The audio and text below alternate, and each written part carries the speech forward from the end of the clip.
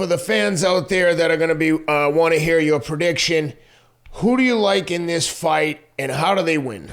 I tell you, this is one of those fights where I'm up in the air.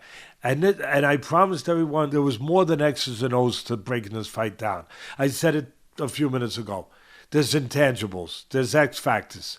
There's things floating in the air that have nothing to do with a jab or right hand. And I'm going to deliver on that now. I'm going to tell you what I meant. This reminds me a little bit of Zaire. You remember Zaire with Ali and George Foreman, the great George Foreman, the great Ali? And yep, something happened in that fight. We know that the great Ali broke down the great George Foreman, the great puncher, the big man. He broke him down mentally and then physically. Broke him down over there at 4 o'clock in the morning in Zaire. But also there was other things that we forget about that have similarities to this fight. This fight was supposed to happen a couple months ago. It got postponed because of a cut eye that obviously Fury got in sparring. That postponed this fight to now. It was supposed to happen back then, a few months ago. Same thing happened in Zaire. Same thing. George Foreman got cut in sparring, and they had to postpone the fight. And when they postponed the fight, everything changed. I think history may have changed right there. I mean, I know that the history was made in the ring when the fight happened, and that Ali, what was the 8th round when he knocked him out with that right hand, 8th and 9th round. I get it. But I think that this fight, that fight, I should say, was changed. The course of that fight was possibly changed by that cut and that postponement. Because at that time, Foreman was ready to go. He was ready to go. Take nothing away from Ali. The great Ali beat him because he's the great Ali. Mentally and, technically, everything else. He threw straighter punches. Foreman was throwing wide punches. Foreman couldn't get his way. He broke down. Ali broke him down as much mentally as he did physically. Special man. But when that fight was postponed, Ken, Foreman had a choice. First of all, he had no choice. He had to stay in Zaire because the dictator at that time in Zaire forced him to stay there because he was afraid if they went home, the fight might never happen. And Foreman was forced to stay, and he was not in a good mental frame to stay there because everyone loved Ali. They didn't love him. He became the enemy. They used to yell, they used to chant, Ali, Boombaye, Ali, Boombaye, Ali, Boombaye. It was a great piece done when I'm trying to remember what the name of it was, but there was a great piece, documentary done on that, and that meant Ali kill him. And all the natives, all the people that were in that country were coming out to see Ali and Foreman. They all were behind Ali, and they were chanting that all the time. Foreman was not happy being there for those extra couple months of training or whatever it turned out to be. And so he wasn't in a good mental place. But something else happened. I don't know if he took time off. If I had to guess, I would guess he kept training because he wasn't happy. He was a different man back then, Foreman, than he is today. Today, now, he's that personality. He's so smart. He really is a special man. But he's that personality. He's so amiable. He's so sociable. But back there, he was a sultry guy. He was a guy that people were afraid to even talk to him. He was a guy that wasn't all that sociable.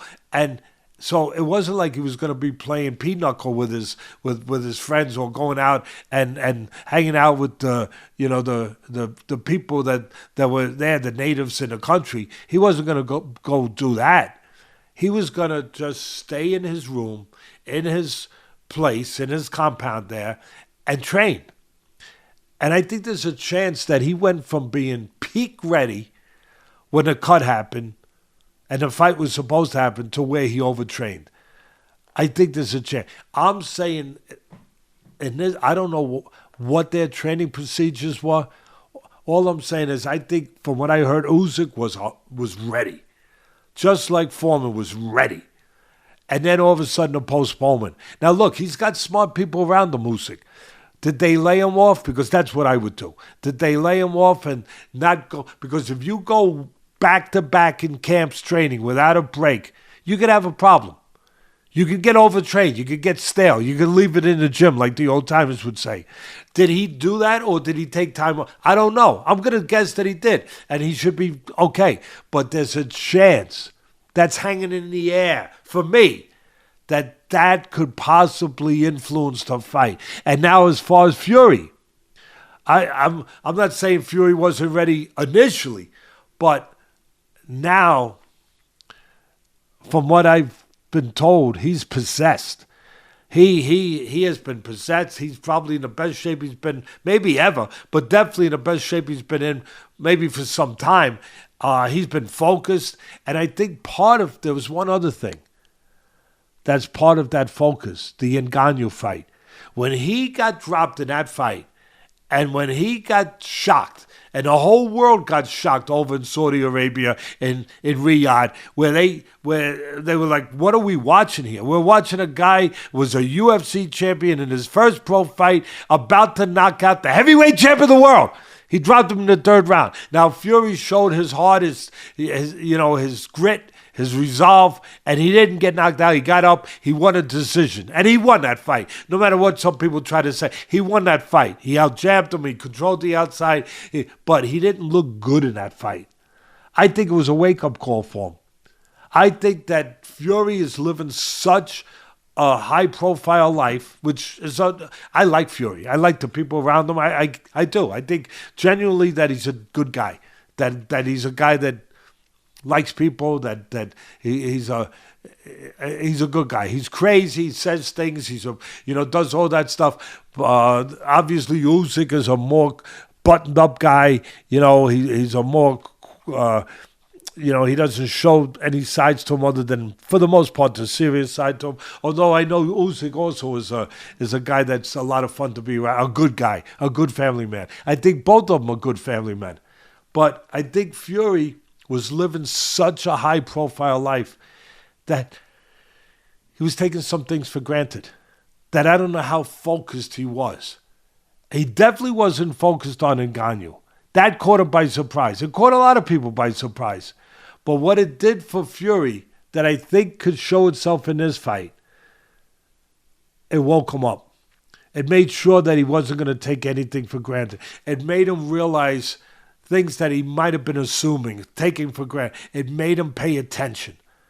It made him be ready to be whatever the best he could be. And I think that it has served him. So to me, those are the intangibles. Those are the things that make this fight so hard to handicap, so hard to predict. You got it. But I'm going to predict it. Because that's what people want. They don't want me to sit on the middle of the fence. But I wanted to present all aspects of it. I wanted to present things that maybe some people wouldn't have thought of, on their own, in that kind of way, that could influence the outcome here. Very hard to pick this one. Going into it before this postponement that brought the fight to this date, I was on the Usyk bandwagon. I love Usyk, I love Fury, I love them both. But I was taking Usyk. I think part of it was they were sleeping on him a little bit. Nobody's sleeping on him. And the most important guy was Fury. With the life he was living, the place he was mentally, like I just described, he's the toast of the town. He's bigger than life in some ways. He's like a Marvel superhero character. Really, the personality, everything. And I think he might have been caught up in the storm of those things. And they can catch anyone. And I think that he might have been sleeping on Usyk. He ain't sleeping on him no more. That has made me move a little bit more towards the possibility of Fury. That's how tight this fight is for me. That's why it's a fight that people are going to be interested in watching. For all the reasons I said. And I know I took the time to lay out a lot of stuff, but I thought that this fight deserved that time. Because again, it's been 25 years since we've had one where it's going to be one guy. Where you could maybe go back to the days where you walked down the street. Hey, who's the heavyweight champ? Fury, Usyk. Where people actually have a chance to come up with the name. People don't have the chance nowadays to come up with the name. There's too many names. But now after this, after May 18th, we're going to have one name. One name. I think that name's going to be Usyk. Interesting. There you have it. If you're planning on watching the fight this weekend, check it out. Tyson Fury, Oleksandr Usyk, live from Saudi Arabia. Teddy Atlas will be there in attendance. And let me throw one other thing in there, Ken, about the breakdown. That I'd be remiss if I didn't bring it in. I talk about all the intangibles. Here's one. It's a physical one. It's a tangible. It's not an intangible. It's a tangible. Body punching. I don't think it's any secret that we've seen Usyk hurt in a couple fights with body punches. Now, look, Fury's not known for, being a great body puncher. Not too many guys that big, that long, that tall, 6'8", that are really prone to being great body punchers. It's difficult to be a great body puncher when you're that big. But Fury has gone to the body. He can go to the body. He's athletic enough to go to the body. He's smart enough to go to the body. I'd be remiss if I didn't add that element. That look for him. I mean, I would think that they'd almost be irresponsible, Fury's people, if they haven't put that into their training, into part of their fight plan, to test the body of Usyk. And I think the referee's going to be important. I think the referee's going to be very important. What if you get a guy that stays out of everyone's way?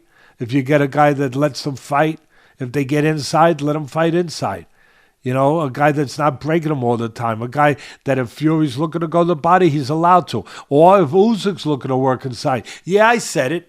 I know that's a shock to some people that, if Fury's got the edge on the outside, but Usyk's the smaller man, but he doesn't want to be inside with a man who sometimes can be, 280, 270 pounds. I disagree. I think Usyk's the better inside fighter. I think that, Fury never was a great inside fighter. Terrific on the outside. He could hold his own. I mean, he sets up that uppercut beautifully. But he's not really a guy who's comfortable fighting consistently on the inside. He's not. He hasn't been trained that way. He's not made up that way. Usyk can be comfortable, obviously, on the outside, giving angles, counterpunching, using his jab. But also, he can be very comfortable fighting on the inside. And I think it's going to be important that the referee is the right referee. Thanks for letting me just add that in. All right, Teddy, for the people that do want to place a wager, for our friends at MyBookie, you can check them out at mybookie.ag. Use the promo code ATLAS for 50% credit on your first deposit. Again, mybookie.ag. The line on the fight, Teddy, we've got the money line is minus 125 on Tyson Fury, plus 106 on Oleksandr Usyk. Pretty damn close to even money as you'll get in a big prize fight, that's for sure. And we got the over-under. Over is minus 300, under is plus 204. Who do you like and why? Like I said earlier, I'm torn. I mean, I could easily pick Fury as easy as I could pick Usyk, but you only allow one pick, so I'm going with Usyk. That that great talent of his, he's known how to win. He's not going to forget how to find a way to win, even in a fight like this. So I think it's going to be very interesting. I think that obviously the bookmakers are smart. They got it. What makes sense to go rounds with these guys, but I would take a little play on the under. What is the rounds on the under and the money back? Yep, under 10.5, you get back 204, or you can take will the fight go the distance. For no, you get plus 160. So you get a little bit of a bump if you want to take it under 10.5 rounds.